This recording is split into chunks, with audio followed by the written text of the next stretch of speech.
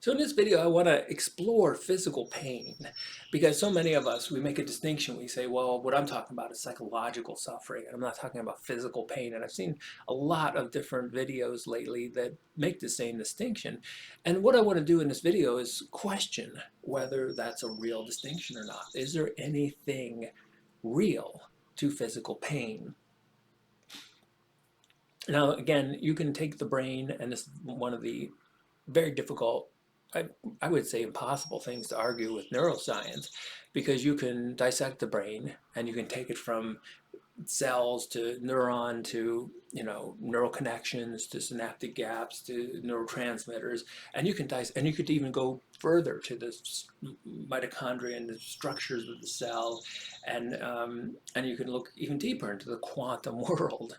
So you can literally take the brain from the largest level to the most micro level, and you will never find pain. And you'll never find pain in the same way that you'll never find hope or happiness or any of the other experiences that we have. But pain seems to be a little bit different. But what I'm going to talk about in this video is question if it really is, because it may not be. It may only seem to be different, and that's the interesting thing about this reality. So many things are not quite as they seem to be. So could even what we call physical pain still be a mental construct? Well, first, again, if you suffered from physical pain, it certainly doesn't seem like it. And I've had my share of injuries where I've been in that state where pain is all consuming, and to say that it's just a mental construct seems very insulting. Well, certainly the suffering is just as real, whether it's physical or mental. So the suffering is a real, genuine experience. But what I'm getting at here is there any physicality to pain? Is pain another interpretation the brain is making that is very similar to the experience someone having a panic attack might have? In other words, a person in the middle of a panic attack is experiencing the consequences, the interpretations that their brain is taking very seriously, and they're suffering because of those interpretations. So when we look at the brain, there are just a couple of remarkable things neuroscience has actually been able to show us. And I might actually do a video on this, but uh, if you read some of the Advaita literature, um, it seems pretty clear that it's enough to know who you are not. And I think that's a very interesting pointer. And so that's a really interesting thing that neuroscience has been able to show us, is who we are not, and then what is left is real once you eliminate all illusions. So we find some fascinating things in neuroscience. Some come from V.S. Ramachandran, and I've talked about this in other videos, but he discusses a patient who had a phantom limb. So these are individuals who had lost the physical part of their body, but they still experience the limb because the part of the brain that represents that is still active and still functional. But in this patient's particular condition, the patient was suffering from phantom pain because their phantom fingernails were digging into their phantom palm. Now that's a really difficult problem. You're experiencing pain in a part of the body that doesn't even exist. I mean, would you just give drugs? I mean, could drugs somehow work?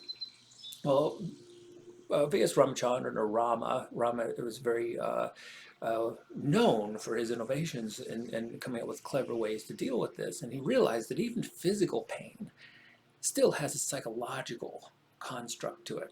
So he invented this box of mirrors, and the patient would put their right hand in the box, and he told them, clench it just like you imagine your phantom hand to be, clenched in that painful position.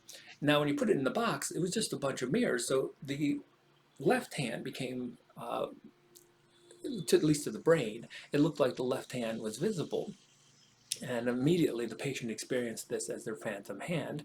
And then Rama said, okay, open your right hand. And the patient would experience both hands opening. And so their phantom limb had opened. And so they had no longer had that experience of pain. So here's pain reduction or pain elimination, physical pain, being completely eliminated just because of a box of mirrors and tricking the brain into making a different conclusion. And so maybe that's what pain is. Pain is a conclusion that your brain is making. It might be on the exact same level of all the thoughts and the conclusions that the thoughts uh, sometimes arrive at that causes suffering. Because so many times, I mean, how many times have you gone down this process of, your thoughts lead you somewhere and then you suffer because you're so absolutely convinced that those thoughts are real and then they're not illusory, and then that never happens, and you realize, okay, well, that I'm not going to do that again. And you probably have experienced this. You say to yourself you're not going to do it again, but then you find yourself doing that exact same, because this time you say, well, i I think they're real this time. So, in a different area of research that also points to this is the placebo effect, showing how pain can be reduced or eliminated again by a simple thought. And one of my favorite studies, I might have mentioned this in other videos, is one looking at knee surgery. And so they took patients who were really in serious problems, serious pain with their knees, sometimes confined to a wheelchair. And they split half of them going who went off into a sham surgery. So they didn't have anything. They did have the incision. They went under anesthetic, but they didn't have the actual physical procedure that is thought to alleviate the knee pain. And the fascinating thing that you don't see this article come up too much. It's very easy to do a search on it, but both groups reported the same amount of pain reduction or elimination. In fact, one patient who was in the placebo, the sham surgery, so he had no real surgery, and he went from being confined in a wheelchair from his pain to very shortly after the operation, again, the sham operation, it was just tricking his brain in the same way that the box was. But he went to dancing with his wife, feeling no pain at all. And so this is just going down the rabbit hole a little bit. We know that placebo can eliminate physical pain. We've known this for a very long time, but what it does is it actually calls into question what is the nature of physical pain. As I said, you can dissect the brain all you want, and you will not find anything that looks like pain. So clearly the brain is in a representational capacity here. So could it even represent, so those of you, again, when you're suffering from actual, what we will mostly call physical pain, and it seems like no, meditation isn't going to help, um, are we just waiting for neuroscience maybe to make that discovery that even physical pain is just it's a trick the brain is playing on us, and it has a certain invisibility to it. That's why thoughts are so elusive, because we don't recognize them as thoughts.